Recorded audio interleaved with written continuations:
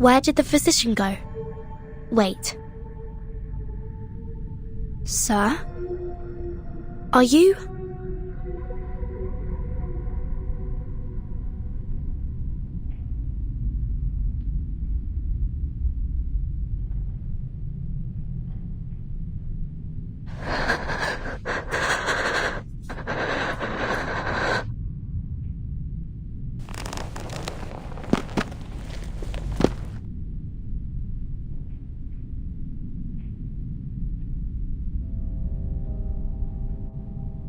Aleph.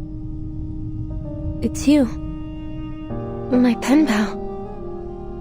You are, in fact, in Komala. All those letters, all the ideas we shared, they weren't just my imagination or some prank. Vertin, Soneto, it's all just as I told you. They weren't meaningless. They're all real.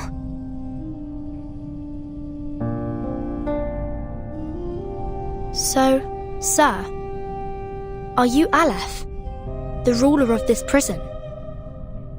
Are you the one controlling the panopticon with the die? The one hiding Miss Dores's whereabouts? What curious inquiries. Quite different from the last 2,666 questions I've received.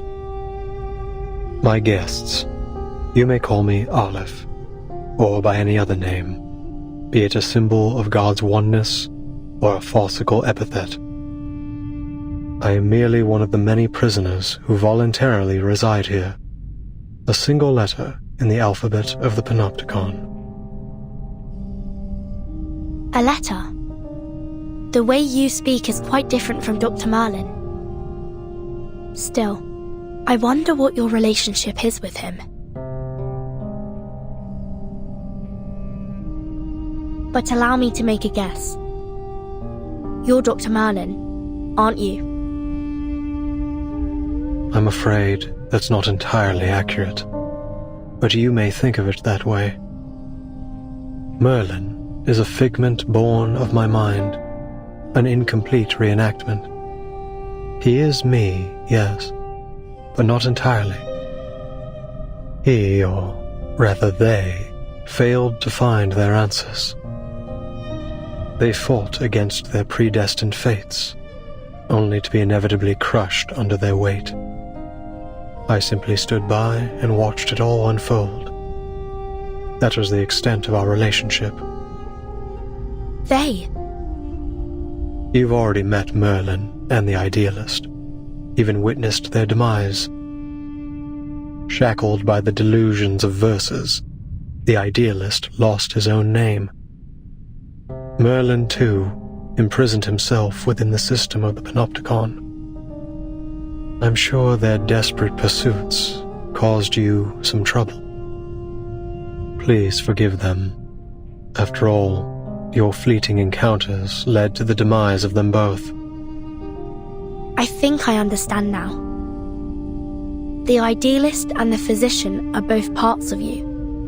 Or, to put it another way, they're your alter egos.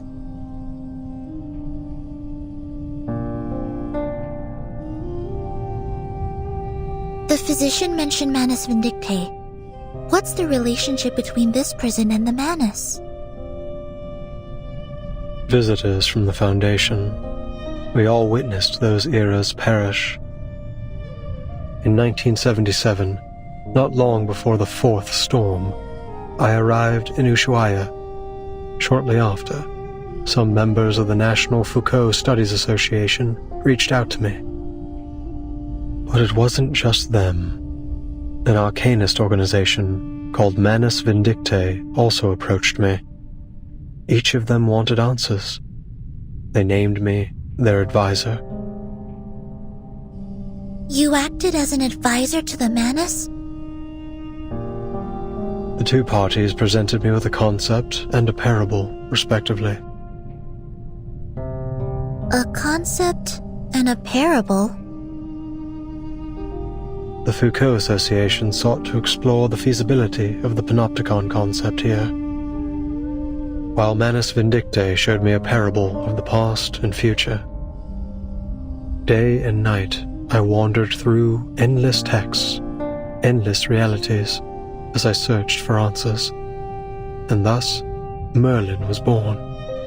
He was both an experiment and a price I paid. A new concept, a new direction. Pursuing such things always leaves me confined by the limitations of human knowledge. Merlin spent his entire life exploring Foucault's theories in pursuit of that singular yet infinite answer. What about the Manus, Mr. Aleph? You didn't explain why you helped them. Explain why? Because they asked me to, just as you have. I simply worked to answer their questions. So you're saying that, to you, we are no different from Manus Vindicte? And if we ask, you'll answer us, without holding anything back?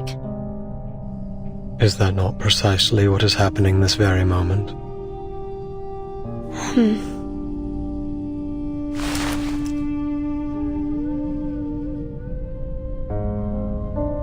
This is what the Manus gave Merlin. A magical die named the Tear of Comala. It was once a gemstone that belonged to a god. At the beginning of the century, explorers plucked it from an ancient gate they discovered in Antarctica.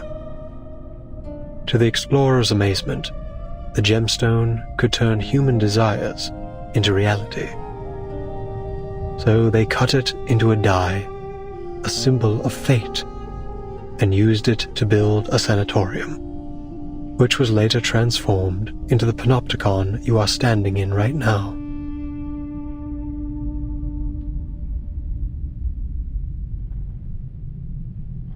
Then, Aleph, you really are the mastermind behind the panopticon?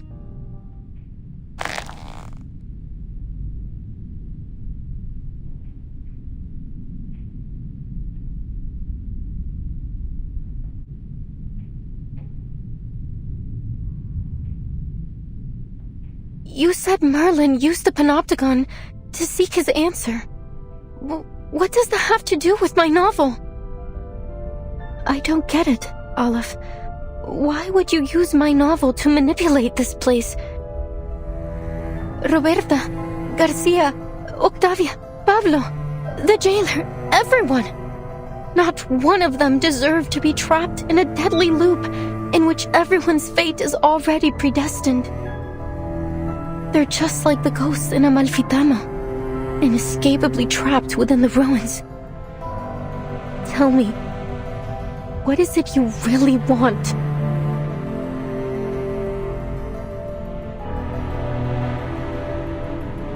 It's not about what I want. It's about what you want. The third line of your first letter. You said you wanted to give the rise and fall of sanity an ending.